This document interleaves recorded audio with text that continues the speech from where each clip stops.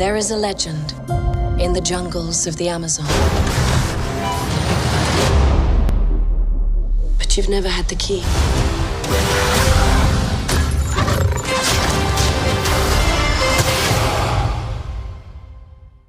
సాధారణంగా రాజమౌళి సినిమాలంటే భారీ బడ్జెట్తో తెరకెక్కుతూ ఉంటాయి. జక్కన్న సినిమాలో విజువల్స్, VFXకి ఎక్కువ ప్రాధాన్యత ఇస్తూ ఉంటాడు. రాజమౌళి సినిమాలలో 90 నుంచి 95% ఎక్కువగా ఇండియాలోనే షూటింగ్ జరుగుతుంది. ఎంతో అవసరమైతే తప్ప విదేశాల్లో షూటింగ్ చేయడానికి ఆసక్తి చూపించరు జక్కన్న. RRR సినిమా షూటింగ్ మాత్రం 2 దేశాల్లో జరిగింది. అయితే ఇప్పుడు మహేష్ బాబు సినిమా కోసం 20 నుంచి లేకుంటే అంతకంటే ఎక్కువ దేశాల్లో షూటింగ్ జరిగే ఛాన్సెస్ అయితే ఉన్నాయట.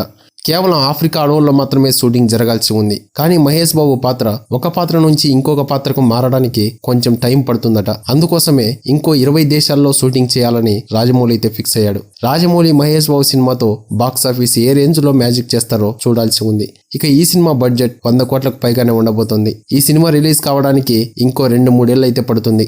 లుక్ టెస్ట్ కోసమే రాజమౌళి ఏకంగా నెల సమయం తీసుకున్నాడు. ఈ సినిమాలో మహేష్ బాబు లుక్స్ కోసం 8 లుక్స్ అయితే సిద్ధం చేశాడు. దానిలో ఒకటి ఫైనల్ కూడా చేసేశారట.